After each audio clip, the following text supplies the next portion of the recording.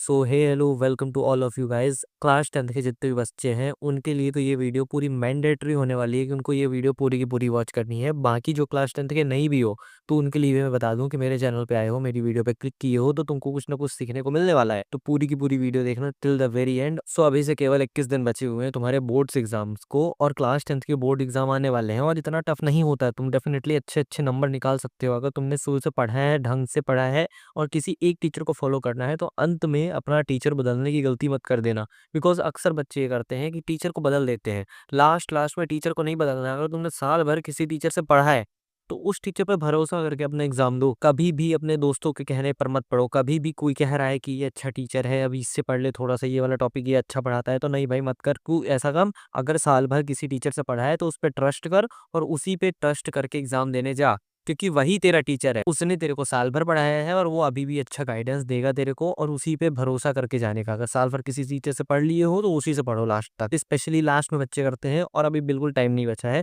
तो ये गलती मत करना। फोन एक बहुत बड़ी डिस्ट्रैक्शन होती है जब भी आपके बोर्ड्स आ रहे होते हैं। अभी सिर्फ 21 डेज है। जो चाहे तो इन 21 डेज में अपना सिलेबस बहुत ज्यादा नेक्स्ट लेवल पे ले जा सकता है, लेकिन अगर कोई चाहे तो अपना बर्बाद भी कर सकता है। तुम डिस्ट्रैक्शंस, फोन, गेम्स, अगर इन पे जाओगे तो तुम अपना बर्बाद कर लोगे। तुमने साल भर पढ़ा है, नहीं पढ़ा है, डजेंट मैटर। अगर तुम अभी ये काम करने वाले हो तो अपने आप को बर्बाद करने वाले हो। ग्रुप स्टडी में गलती से भी मत जाना कि ग्रुप स्टडी में पढ़ाई हो जाएगी।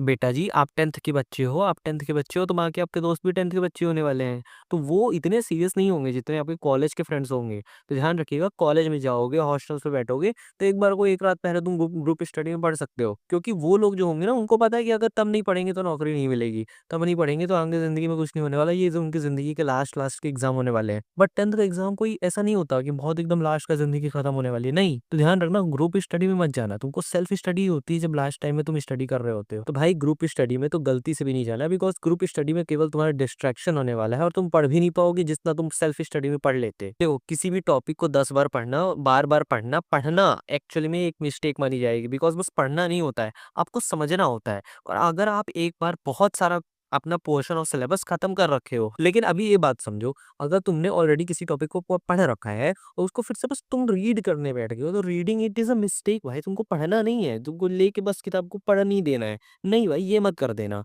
इस तरह से रिवीजन नहीं होता है। देखो, सैंपल पेपर्स उठाओ, सबसे बढ़िया जितना मैं रिसर्च करा हूँ उसके क्लास 10th के हिसाब से, तो मैं बता रहा हूँ ओसवाल की बुक्स बहुत अच्छी है।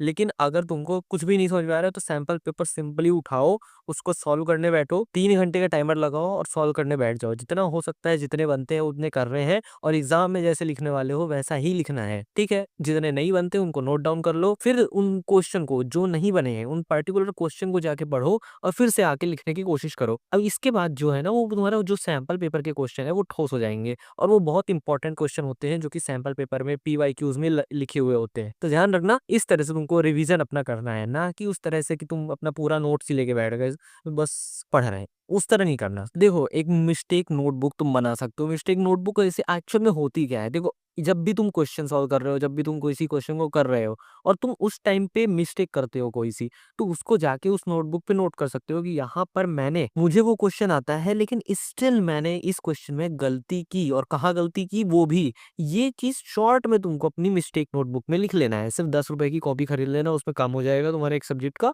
आराम से जाओ और उसमें सिंपल शॉर्ट में लिख दो, और उसमें फॉर्मूला लिख सकते हो। ध्यान रखो, कई लोग ये गलती करते हैं कि जब न्यूमेरिकल सॉल्व करने बैठते हैं, वर्ड प्रॉब्लम सॉल्व करने बैठते हैं वो, तो उनसे क्या गड़बड़ होती है जानते हो? गड़बड़ी होती है कि भाई, अब तुम उनको फॉर्मूला पड़ता है, ठीक है, अब उनको सारा का सारा लिख दिया, गिवन लिख दिया उन्होंने, फिर उसके बाद फिर जो निकालना है उन्होंने वो नोट डाउन किया, फॉर्मूला लिखा, और उसके बाद फिर बोल दिया कि भाई फॉर्मूला तो याद है, आगे का निकाल लेंगे आंसर। लेकिन मेरे भाई, असली गलती तो वहीं पर होती है, असली तुमने गड़बड़ ब्लंडर तो वहीं पर कर दिया ना, कि अगर तुमने फॉर्मूला लिख दिया और तुमने निकाला नहीं प्रैक्टिस करते वक्त, तो तुमको मालूम ही नहीं है ना कि गलती कहाँ पर होने के चांसेस है, क्योंकि फॉर्मूला तो सब जानते हैं। फॉर्मूला सब जानते हैं भाई। अगर तुमको लगता है कि तुम बस फॉर्मूला याद करते हो, तो नहीं, बाकी सब भी याद करते हैं।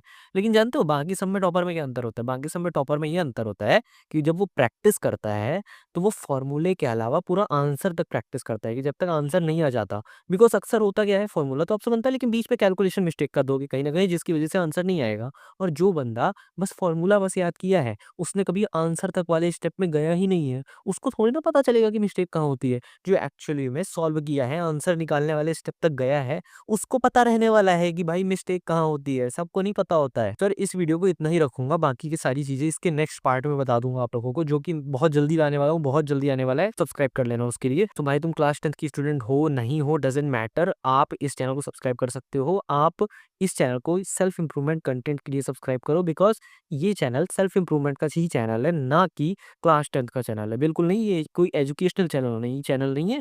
जो भी चीज़ आपकी ज़िंदगी में आपको ज़रूरत होगी और आप मेरे से डिमांड करोगे, तो उसके ऊपर वीडियो बना दी जाएगी।